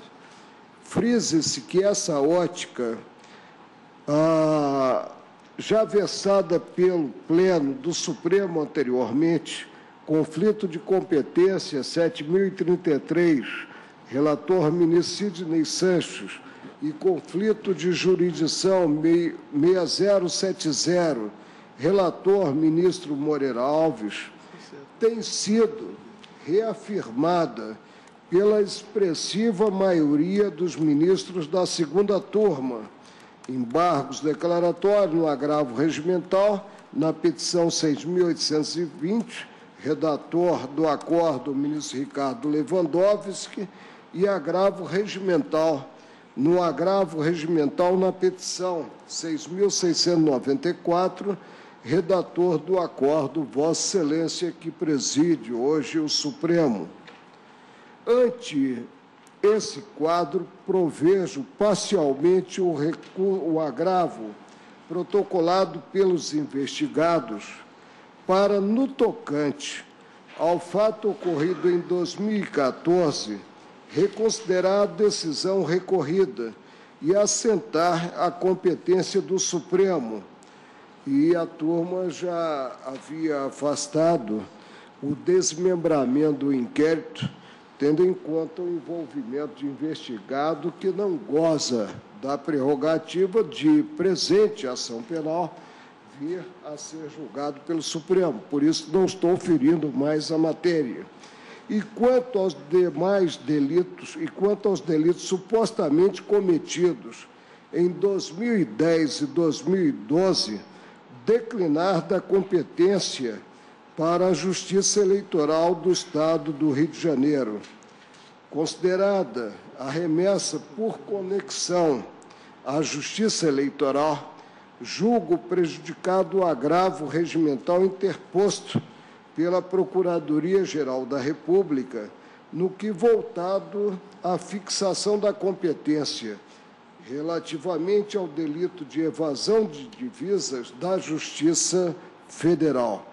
É o meu voto, presidente, que chegou, como eu disse, a ser proferido no âmbito da primeira turma. Agradeço ao ministro relator. Como voto, o ministro Alexandre de Moraes. Presidente, boa tarde. Presidente, rapidamente, antes de iniciar, eu também quero me solidarizar com todas as famílias, as vítimas da tragédia de Suzano, que é um importante município industrial do meu estado, o estado de São Paulo. E nós podemos perceber, como Vossa Excelência citou também em suas palavras, que o repúdio geral, absoluto, desse ato nefasto por toda a sociedade brasileira mostra que, apesar desses absurdos e desse em específico, nós estamos caminhando para a paz, solidariedade, educação e fraternidade no Brasil. Então, é um fato, e eu já, infelizmente, presenciei, tive que atuar em fatos muito semelhantes, em chacinas ocorridas. É um fato triste, aqui agravado pela idade das vítimas e pelo local onde a violência ocorreu, que é um local o laboratório do futuro, que é uma escola. Eu cumprimento aqui as sustentações feitas, a doutora Raquel Dodge, Procuradora-Geral da República, o doutor Ricardo Pierre Nunes e o doutor Aristide Junqueira Alvarenga. Presidente, aqui o presente julgamento, também faço questão de, eu vou encurtar bastante o voto, mas faço questão de salientar isso. O presente julgamento não diz respeito só à questão de competência jurisdicional, mas, como Vossa Excelência, antes o relator colocou, diz respeito também à necessidade de maior respeito, à necessidade de decoro por parte de vários operadores da Justiça, em especial vários procuradores do Ministério Público Federal, que vem sistematicamente, e nessa última semana, esses últimos 15 dias, vem agindo com total desrespeito aos seus colegas de Ministérios Públicos estaduais, que são os promotores de justiça que atuam como promotores eleitorais nos estados, em relação aos seus próprios colegas, porque é um procurador regional, que é o procurador regional eleitoral, e também em relação a todos os magistrados de primeira instância na justiça eleitoral. Foi dito da tribuna, e realmente isso é fato público e notório, foi dito que em uma dessas entrevistas a Justiça Eleitoral e os membros da Justiça Eleitoral foram tratados com total desprezo. Isso não é possível continuar. Não é possível uma única pessoa ou um único grupo achar que é dono da verdade, achar que a corrupção só se combate, só se iniciou a combater, só se combate e só vai se combater enquanto eles exercerem as funções, desprezando todos os seus colegas, milhares de colegas, procuradores, promotores de justiça estaduais, milhares de juízes das diversas justiças. Não existe, senhor presidente, e algumas pessoas ainda não entenderam, não existe salvadores da pátria, não existe vigilantes mascarados. O que leva um país a avançar é o fortalecimento institucional e a conduta dessas pessoas, especificamente as declarações desses vários procuradores da República, vêm não ao encontro do fortalecimento institucional, mas vêm de encontro, porque ficam jogando toda a população, parte da população, parte da imprensa, contra um ramo importantíssimo, independentemente do resultado. Ministro Alexandre de Moraes, e realmente o que o eminente advogado disse da tribuna procede, foi checado já pelo meu gabinete, já pedi para fazer a representação. E mais, esse mesmo procurador da República é subscritor daquele acordo que criou uma fundação privada para administrar dinheiro público. Não vou avançar mais, porque isso está hoje sob a jurisdição de Vossa Excelência, numa DPF apresentada pela própria Procuradora-Geral da República contra a criação dessa fundação. A que ponto chegamos? Exatamente, senhor presidente. Não se pode, por isso inicio com isso, não se pode desqualificar de forma antiética, de forma ilegal, porque a Lei Complementar 75/93, que é o Estatuto do Ministério Público da União, que se aplica ao Ministério Público Federal, exige decoro nas manifestações. Não se pode agredir os colegas da Justiça Eleitoral, os juízes da Justiça Eleitoral. Nós temos que lembrar que o combate à corrupção eleitoral se iniciou com a grande atuação da Justiça Eleitoral na aplicação da Lei da Ficha Limpa. A partir da aprovação da Lei da Ficha Limpa, com a grande atuação dos membros do Ministério Público, dos magistrados, dos tribunais regionais eleitorais, do Tribunal Superior Eleitoral, na aplicação da Lei da Ficha Limpa. E antes disso, do artigo 41A, exatamente, que é a Lei da Compra do Voto, que foi uma lei também de iniciativa popular. Não é possível que continue, eu diria, essa anarquia institucional de só o que eu faço é bom, o que os outros fazem é sempre errado. Não existe na Justiça, não existe no Ministério Público nós contra eles. O ódio não pode entrar nas nossas instituições. Isso corrói uma instituição. Não existe. Nós somos a favor da corrupção. Quem não concorda conosco ou é a favor da corrupção, nós somos contra. Quem não concorda ou é a favor ou é corrupto. Isso não existe institucionalmente.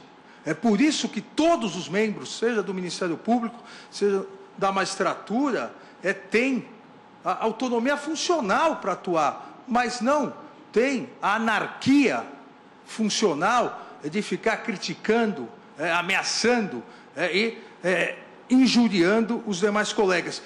Eu já atuei como promotor eleitoral anterior, o ministro Celso, acredito que tem atuado também no Ministério Público de São Paulo como promotor eleitoral, o ministro Com certeza em Garça. Sim, Garça, Cândido Mota, Osasco. Então, eu atuei em Aguaí, Cruzeiro, São Bernardo do Campo.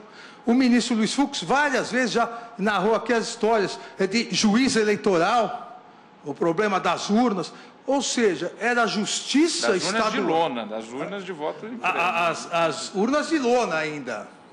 Era o último ano da urna de lona, né, ministro Fux? Foi uma das razões da urna eletrônica. Agora, veja, a justiça estadual sempre atuou na primeira instância da justiça eleitoral, a justiça federal, o Ministério Público Federal na segunda instância do MP, o Tribunal Regional Federal, diferentemente do que também nessa reportagem desse procurador, ele fala com escárnio que os tribunais regionais eleitorais são 100% indicações políticas, deveria ler a Constituição, deveria estudar um pouco para verificar que são dos 7 membros, 2 indicados pelo presidente da República a partir de uma lista do próprio tribunal. Os demais são desembargadores do Tribunal de Justiça, desembargadores federais e um juiz da capital. Ou seja, são críticas infundadas de quem acompanhou o enorme e bem-sucedido trabalho presidido e conduzido pela ministra Rosa Weber no ano passado, no TSE, na presidência do TSE durante as eleições, verifica que essa discussão comporta tudo jurídico. Não deveria estar comportando críticas, e aqui excesso de críticas, de forma assintosa a um ramo tão importante da justiça eleitoral. Não existe, e algumas pessoas precisam amadurecer nessas críticas, não existe uma Liga da Justiça sagrada contra o resto da justiça, que seria a Liga do Mal. Existem interpretações diversas que devem ser respeitadas, e se há algo que a Constituição de 1988, nesses 30 anos, propiciou, o esqueleto institucional da Constituição de 1988 proporcionou, foi o fortalecimento do Poder Judiciário, o fortalecimento do Ministério Público e de todas as carreiras jurídicas que atuam nesse importante ramo da Justiça. E não podemos nós, principalmente no Supremo Tribunal Federal, permitir que a falta de ética, a falta de decoro de alguns poucos membros corroam esse fortalecimento e essa estabilidade institucional. Presidente, aqui a questão de ordem, a questão de fundo, diz respeito a uma interpretação realmente constitucional. O artigo 109 ou o artigo 121. É uma interpretação constitucional. O que a legislação, e aquela legislação lato sensu, Constituição Federal, e a legislação, no caso o Código Eleitoral, o que definem como competência da Justiça Eleitoral. E por que isso? Como bem lembrou a eminente Procuradora-Geral da República, o artigo 109, inciso 4º, prevê a competência criminal da Justiça Federal. A Justiça Federal não é uma justiça especializada em razão da matéria. A organização do Poder Judiciário na Constituição previu 3 justiças especializadas em razão da matéria: a militar, a trabalhista e a eleitoral. O que não for militar, o que não for eleitoral, o que não for trabalhista, é da justiça comum. Ou seja, a justiça remanescente.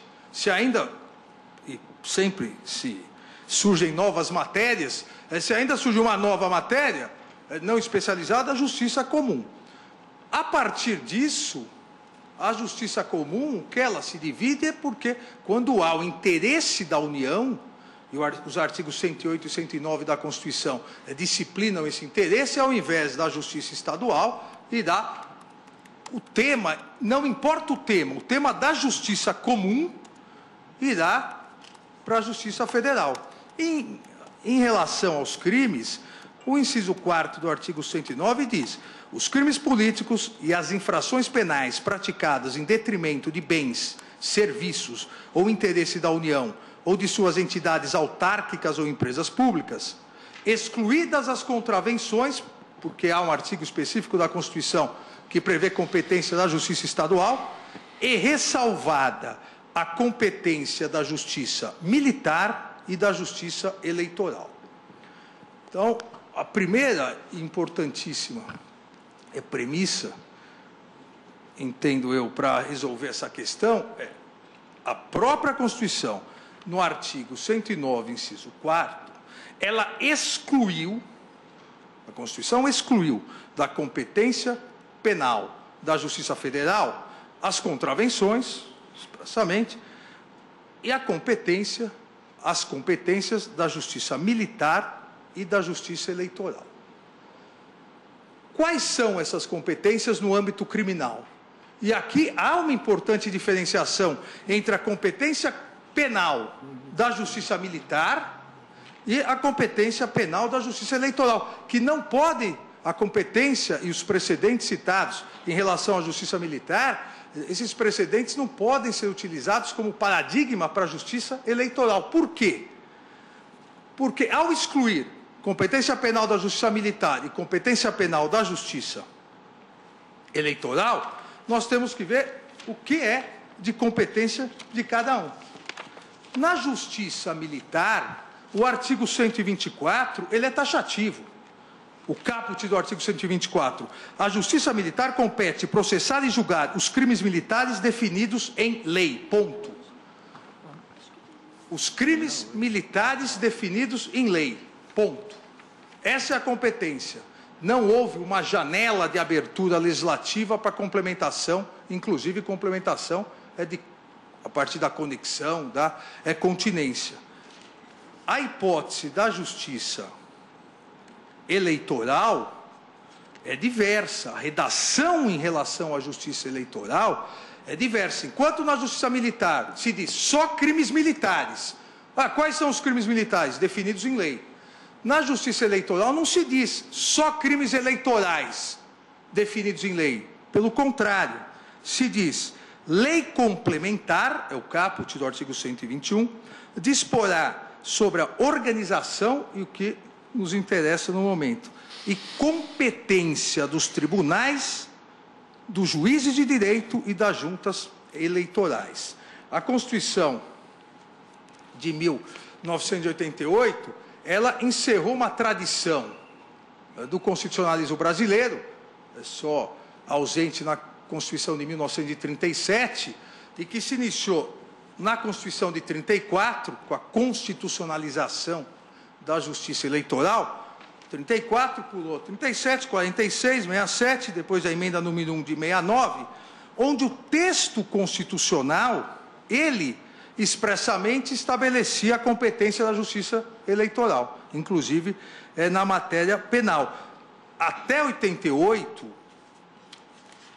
de 34 a 88, excluído, como eu disse, a Constituição de 1937, a própria Constituição dizia: competir à Justiça Eleitoral, processo e julgamento dos crimes eleitorais e todas as demais infrações penais conexas. Aí a questão é constitucional. Em 88, o que fez o legislador constituinte? Ele inovou, só que não seguiu a mesma regra da Justiça Militar. Na questão da competência militar, houve uma restrição absoluta da Constituição. Só crimes militares, definidos em lei, mas só os crimes militares. Não se permitiu uma abertura para conexão e continência. A Constituição de 88 entendeu por bem confiar essa definição da competência geral, e que nos interessa no momento, a competência penal da Justiça Eleitoral, ao legislador. Aqui é a cláusula de reserva legal absoluta.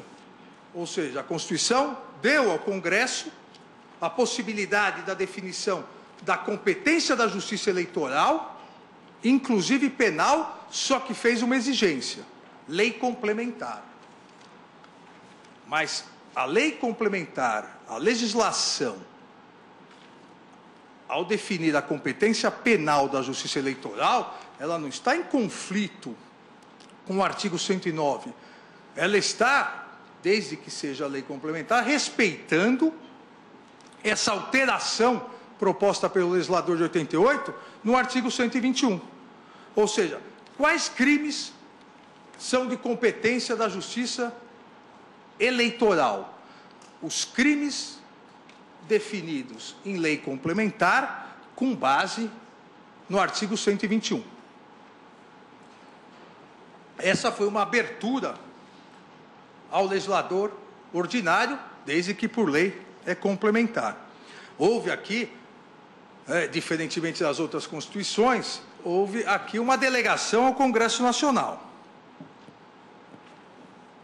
A partir disso, e de 1988 até agora, são mais de 30 anos, esse Supremo Tribunal Federal pacificou, ou manteve já, na verdade, o primeiro acórdão plenário do Supremo Tribunal Federal, antes da Constituição de 88, definindo que os crimes conexos todos realmente eram da Justiça Eleitoral, foi em 77, de relatoria do ministro Moreira Alves.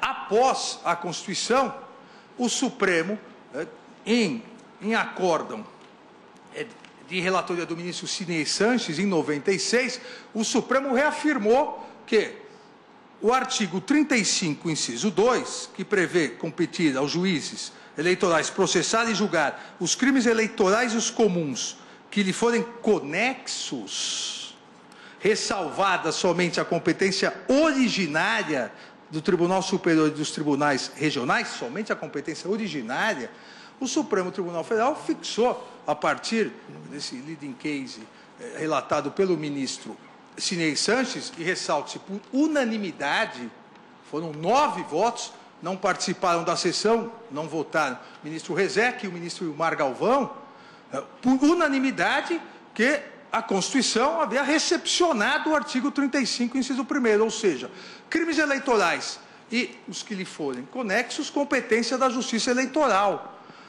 Não é uma discussão nova, é uma discussão que vem da alteração da Constituição, de se firmar o posicionamento jurisprudencial do Supremo Tribunal Federal, da recepção do artigo 35, inciso 2, e um posicionamento, ressalto-se, um posicionamento que é adotado por todo o Judiciário, adotado e reconhecido por todo o Judiciário, Legislativo e Executivo. Ninguém tem dúvida da recepção, ou pelo menos até hoje, da recepção do artigo 35, inciso 2º, da competência da Justiça Eleitoral, com base no artigo 121 caput da Constituição, e a complementação recepcionada do artigo 35, inciso 2 do Código Eleitoral. Ninguém tem dúvida de que os crimes conexos aos eleitorais são de competência da Justiça Eleitoral. Tanto que o Poder Executivo, agora recentemente, encaminhou proposta, um projeto de lei complementar. Na verdade, havia encaminhado o Executivo um projeto de lei ordinário, até houve um comentário numa das sessões da segunda turma do nosso decano, o ministro Celso de Mello, dizendo da necessidade de lei complementar para essa alteração, porque havia sido recepcionado como lei complementar, e o governo, o Poder Executivo, retirou e enviou novamente um projeto de lei complementar, alterando essa previsão. Ou seja, passando a retirar a conexão, os crimes conexos dos crimes eleitorais. O próprio Executivo, o Legislativo, certamente haverá de analisar, mas não há dúvida nos poderes. Como não há dúvida, até o presente momento, não havia dúvida no Supremo Tribunal Federal, pacificada essa questão, e recentemente, 2 julgados da Corte Especial do Superior Tribunal de Justiça. Recordando que nós estamos analisando esse conflito de competência excepcionalmente dentro de uma questão de ordem em virtude da perda da prerrogativa de foro. Mas quem tem a função constitucional, pelo artigo 105, inciso 1º, letra D, quem tem essa competência constitucional de analisar conflitos de competência entre Justiça Federal e Eleitoral é o Superior Tribunal de Justiça. Obviamente, sempre com a possibilidade de reanálise do Supremo. Mas o Superior Tribunal de Justiça, recentemente, como eu disse, em dois acórdãos unânimes da Corte Especial, 2 acórdãos unânimes da Corte Especial, reiterou, inclusive em relação a casos envolvendo a Lava Jato. Ou seja, também essa discussão no STJ já foi, agora em novembro, em 2 casos que discutiam questão federal, eleitoral, conflito de competência, referentes a casos da Lava Jato. O Superior Tribunal de Justiça, a sua Corte Especial, por unanimidade, entendeu ser competência da Justiça Eleitoral, os crimes eleitorais e os que lhe forem conexos. Foi citado da tribuna, inclusive, de um agravo regimental na ação penal 865, de relatoria do ministro Herman Benjamin, julgado em 7/11/2018. E o outro, também unânime, embargos de declaração no inquérito 1181, de relatoria do ministro Og Fernandes. Nesse embargo de declaração, inclusive, foi somente para deixar mais clara essa questão, de que a competência é da Justiça Eleitoral. Vossa Excelência, me permite por favor.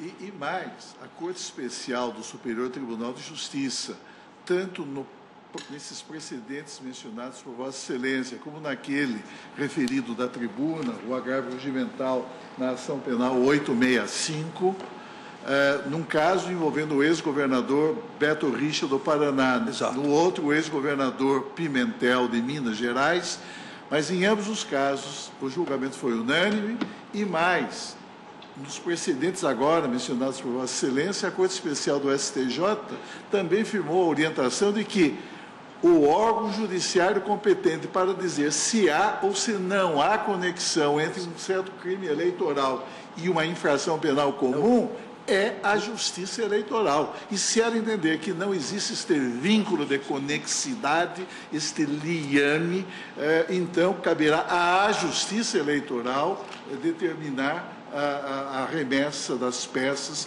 concedentes à infração penal não eleitoral ao órgão judiciário que entender competente. Exatamente isso, Celso. Essas duas questões, e novamente, por unanimidade, nesses 2 julgados, reiterou a recepção do artigo 35.2, e essa questão que Vossa Excelência lembrou, que é importantíssima, a quem compete entender se há ou não conexão, é a Justiça Eleitoral.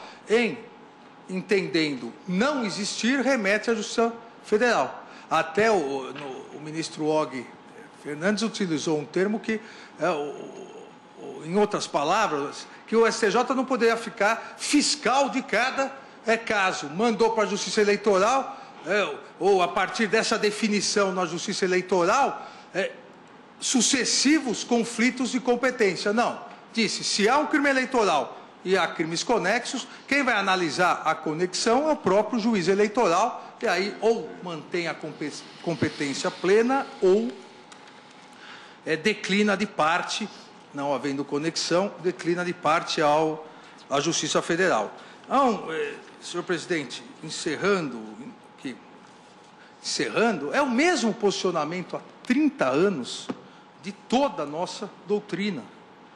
Eu poderia citar aqui, desde a doutrina mais antiga, o professor Damásio Jesus, o professor Júlio Fabrini Mirabete, o professor Fernando da Costa Tourinho Filho, na verdade os 3 nossos ex-colegas e Ministério Público de São Paulo, como a doutrina mais recente, o professor e juiz Guilherme Nutti, o professor José Jairo Gomes, todos eles de forma pacífica esse entendimento. E o professor José Jairo Gomes, ilustre membro do Ministério Público Federal. Exatamente. Ilustre membro. Então, nós temos aqui membros do Ministério Público Estadual, Federal e juízes na doutrina, entendendo exatamente esse posicionamento que, até agora, nunca causou constrangimento. E eu volto a dizer, o Executivo entende a mesma coisa, tanto que mandou um projeto de lei complementar, o Legislativo a mesma coisa, os tribunais. Agora, por que um determinado grupo de procuradores acha que, se não forem eles a conduzirem a investigação, o mundo vai acabar? Porque um determinado grupo, determinadas pessoas entendem que os seus juízes, os seus colegas de justiça eleitoral, que são do MP estadual, os juízes estaduais, não têm competência, aqui competência no popular, não tem capacidade de analisar investigações sobre lavagem de dinheiro, ou seja, o que se pretende é a criação de uma vara única central, desrespeitando totalmente a Constituição. A Constituição aqui é clara em relação a isso, e não houve jamais nesses 30 anos, é importante salientar, não houve jamais nesses 30 anos mudança jurisprudencial, alteração, só cada vez mais foi se reafirmando, como o STJ agora em 2 decisões. Do final do ano passado, uma inclusive foi publicada só agora, dia 12 de fevereiro, recentíssima. Em virtude disso, senhor presidente, devido à vênia às posições em contrário, entendo que a competência dos crimes conexos aos crimes eleitorais, essas competências são da Justiça Eleitoral. Acompanho integralmente o eminente ministro relator, porque os fatos de 2014, isso é uma discussão também importante, que a turma começou, na turma nós começamos a discutir, não houve uma definição, se o deputado federal, como é o caso, no exercício do mandato, se ele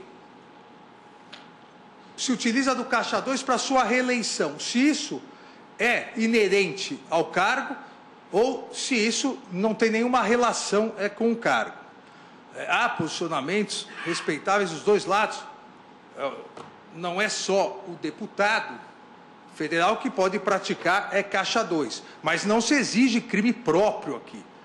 Mas, com certeza, alguém no exercício do mandato de deputado federal tem muito mais facilidade e muito mais contato com os financiadores, à época, as pessoas jurídicas, para conseguir se utilizar desse ilícito do Caixa 2.